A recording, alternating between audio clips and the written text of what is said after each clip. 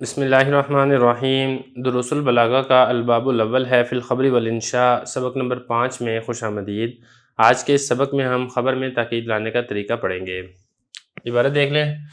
اضرب الخبر حیث کان قصد المخبر بخبره افادۃ المخاطب ينبغي ان يقتصر من الكلام على قدر الحاجة حذرا من اللغو، فإن كان المخاطب خالی الذہن من الحکم القی الیہ الخبر مجردا عن التاکید نحو اخوک قادم وان کان مترددا فیہ طالبا لمعرفتہ حسن توکیدہ نحو ان اخاک قادم وان کان منکرا وجب توکیدہ بمؤکد او بمؤکدین او اکثر حسب درجۃ الانکار نحو ان اخاک قادم او انہ لقادم او واللہ انہ لقادم، فالخبر بالنسبة لخلوه من التوکید واشتماله علیہ ثلاثة اضرب كما رأيت، ويسمى الضرب الأول ابتدائيا والثاني طلبيا والثالث إنكاريا، ويكون التوكيد بإن وأن ولام الابتداء وأحرف التنبيه والقسم ونوني التوكيد والحروف الزائدة والتقرير وقد وأما الشرطية۔ ترجمہ دیکھ لیں۔ خبر کی اقسام۔ جب مخبر کا قصد اپنی خبر سے مخاطب کو فائدہ پہنچانا ہے تو مناسب یہ ہے کہ وہ اکتفا کرے کلام میں ضرورت کے بقدر، بچتے ہوئے زائد بات سے۔ اگر تو مخاطب خالی و ذہن ہے حکم سے تو پھر اس کی طرف خبر ڈالی جائے گی تاکید سے خالی کر کے، جیسے کہ اخوک قادم، اور اگر وہ متردد ہے، اس کو شک ہے، اس میں وہ طلب کرنے والا ہے پہچان کی، تو پھر اچھا ہے تاکید لے کر آنا، جیسے کہ ان اخاک قادم، اور اگر وہ منکر یعنی انکار کرنے والا ہے تو پھر تاکید کے ساتھ لانا واجب ہے، ایک تاکید کے ساتھ یا دو تاکیدوں کے ساتھ یا زیادہ کے ساتھ، انکار کے درجے کے اعتبار سے، جیسے کہ ان اخاک قادم یا پھر انہ لقادم یا پھر واللہ انہ لقادم۔ خبر نسبت کرتے ہوئے تاکید سے خالی ہونے کے لیے یا پھر تاکید پر مشتمل ہونے کے اعتبار سے 3 قسم پر ہے، جیسا کہ آپ نے ابھی دیکھ لیا، اور نام رکھا جاتا ہے پہلی قسم کا ابتدائی، اور دوسری قسم کا طلبی، اور تیسری قسم کا انکاری۔ اور تاکید ہوتی ہے انا، انا لام ابتدا تنبیہ کے حروف کے ساتھ اور قسم کے ساتھ، اور تاکید کے 2 نون کے ساتھ اور حروف زوائد کے ساتھ، اور مقرر لانے کے ساتھ، اور قد کے ساتھ، اور اما شرطیہ کے ساتھ۔ عبارت ہو چکی ہے، ترجمہ ہو چکا ہے، اب چلتے ہیں اس کی تشریح کی طرف۔ دیکھیں، گزشتہ اسباق کے اندر ہم نے یہ پڑھ لیا تھا کہ خبر کا حقیقی معنی یہ ہے کہ یا تو وہ مخاطب کو فائدہ پہنچانے کے لیے آتا ہے، مخاطب ایک بات سے ناواقف اور لا علم ہوتا ہے، ہم خبر کے ذریعے سے اس کو واقف اور عالم بنا دیتے ہیں، اور کبھی یہ بتانے کے لیے آتا ہے کہ مخاطب کو یہ بتایا جائے کہ ہمیں بھی اس خبر کا علم ہے۔ تو آج کے سبق کے اندر بتانا یہ چاہ رہے ہیں کہ اگر مخبر یا متکلم اپنی خبر سے مخاطب کو فائدہ پہنچانا چاہتا ہو، مخاطب لا علم ہو، ناواقف ہو، اور اس کو واقف اور پہچان کروانا چاہتا ہو، تو اس کے لیے ضروری ہے کہ بقدر ضرورت کلام پر اکتفا کرے، یعنی مخاطب کی ضرورت جتنی کلام سے پوری ہو جائے اتنا ہی کلام لے کر آئے، مخاطب کی رعایت کرتے ہوئے کلام میں اضافہ یا کمی نہ کرے، لغو سے بچے۔ تو اب یہاں پر آپ نے یہ سمجھنا ہے کہ مخاطب کے اعتبار سے کلام کی 3 صورتیں بنتی ہیں، ان 3 صورتوں میں سے جو پہلی قسم بنتی ہے وہ ہے ابتدائی۔ اب ابتدائی کیا ہوتا ہے، اس کو تھوڑا سا سمجھ لیں۔ وہ یہ ہے کہ جو آپ کا مخاطب ہے وہ خالی ذہن ہے، حکم کے وجود یا حکم کے عدم وجود کا اعتقاد نہیں رکھتا ہے، تو پھر یہاں پہ مناسب یہ ہے کہ متکلم اپنے کلام کو بغیر تاکید کے ذکر کرے گا۔ اس قسم کے کلام کو کلام ابتدائی کہتے ہیں۔ مثال کے طور پہ آپ اپنے مخاطب کو بتانا چاہتے ہیں کہ تمہارا بھائی آیا ہے، تو آپ اس کو یہ کہیں گے اخوک قادم، بغیر کسی قسم کی تاکید کے۔ تو یہ کلام کی پہلی قسم ہے جسے کلام ابتدائی کہا جاتا ہے۔ کلام کی دوسری قسم ہے کلام طلبی، یا آپ یہ کہیں کہ خبر کی دوسری قسم ہے خبر طلبی۔ دیکھیں، مخاطب کا جو ذہن ہے وہ حکم کے متعلق تردد اور شک کے اندر ہے، اور وہ اس کی معرفت کا طالب ہے، اور شک کو زائل کرنے کا تقاضا کرتا ہے، یا وہ چاہتا ہے کہ میرا شک زائل ہو جائے۔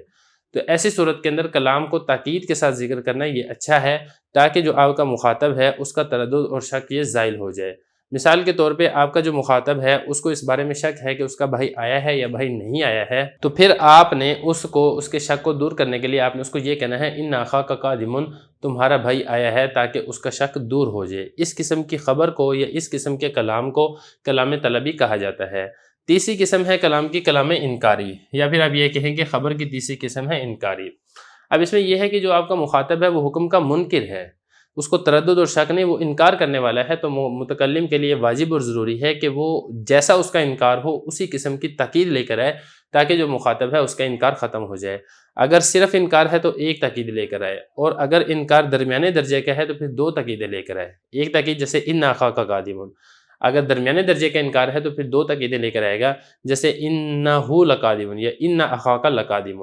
اور اگر اس کا جو انکار ہے وہ شدید درجے کا ہے، انتہا درجے کا ہے، تو پھر اس صورت میں وہ 3 تاکیدیں لے کر آئے گا تاکہ اس کا جو شدید قسم کا انکار ہے اور وہ ختم ہو جائے۔ پھر آپ اس کو یہ کہیں گے واللہ ان اخاک لقادم، اللہ کی قسم تیرا بھائی لازم اور ضروری بات ہے کہ وہ آنے والا ہے یا پھر وہ آیا ہے۔